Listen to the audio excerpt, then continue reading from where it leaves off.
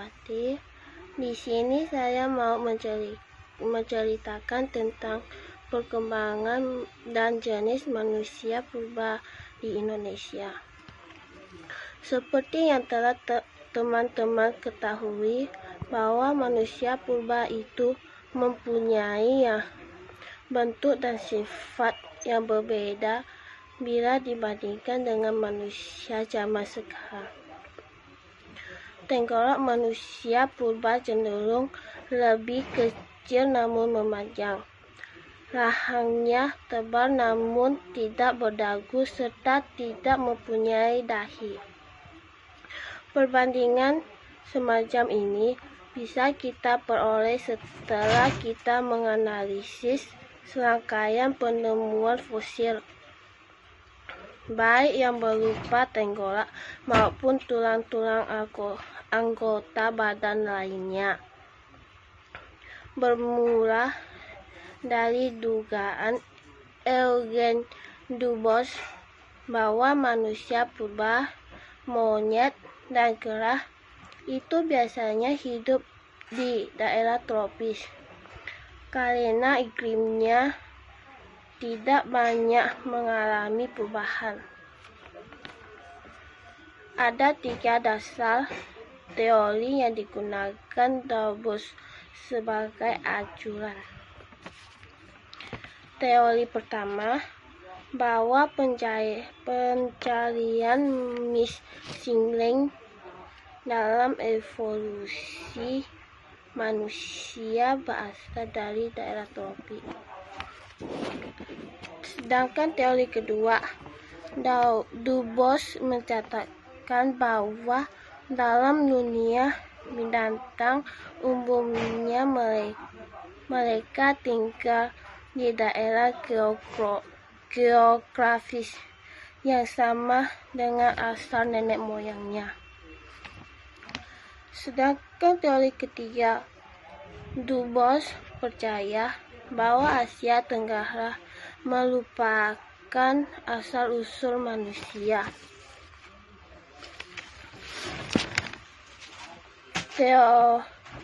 Berikut ini adalah jenis manusia purba di Indonesia. Megathropus berasal dari kata mega yang berarti besar dan anthropus yang berarti manusia.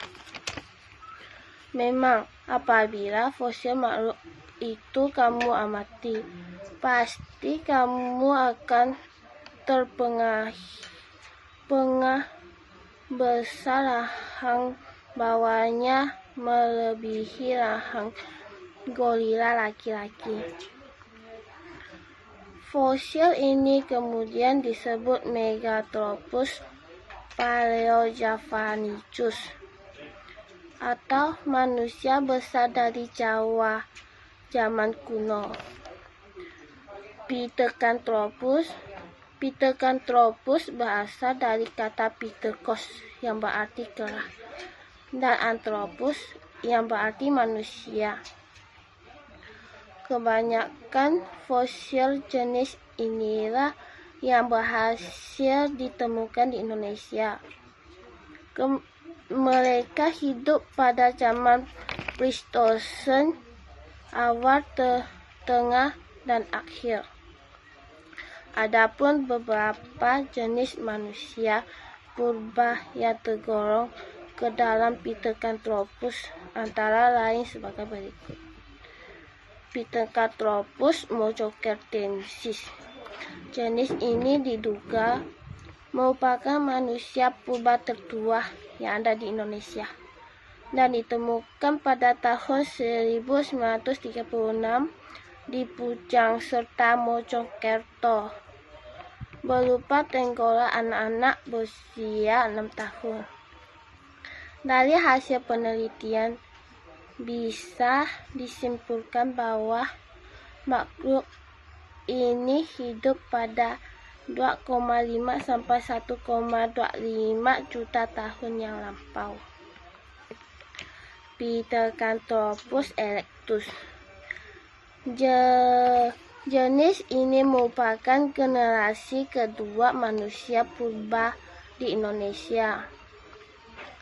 Yang fenomenal dari jenis ini adalah selain fosilnya ditemukan paling awal, juga memiliki wilayah penyebaran yang cukup luas. Yang membedakan Pithecanthropus erectus dengan Pithecanthropus mojocertensis adalah besar isi tengkorak, tebal atap tengkorak, bentuk tonjol belakang kepala dan tonjolan kening, serta daerah telinganya.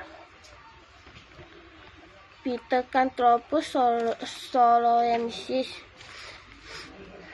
Nama Pithecanthropus soloensis diberikan oleh ilmuwan kita Prof. Dir. Trikucakup setelah meneliti 14 jenis fosil dari desa Ngendong di Lebah Begawan, Solo sebelah utara Trinil. Dari identifikasi ini bisa disimpulkan bahwa meskipun letak kepalanya di atas tulang belakang, namun belum seperti letak kepala manusia saat ini. Jenis Homo ini mulai mendekati dengan bentuk manusia. Selain banyak jumlahnya dan ditemukan di berbagai tempat, fosilnya tidak hanya berupa tengkorak, melainkan juga berupa kerangka yang lengkap. Ada beberapa jenis manusia purba dari kelompok Homo ini.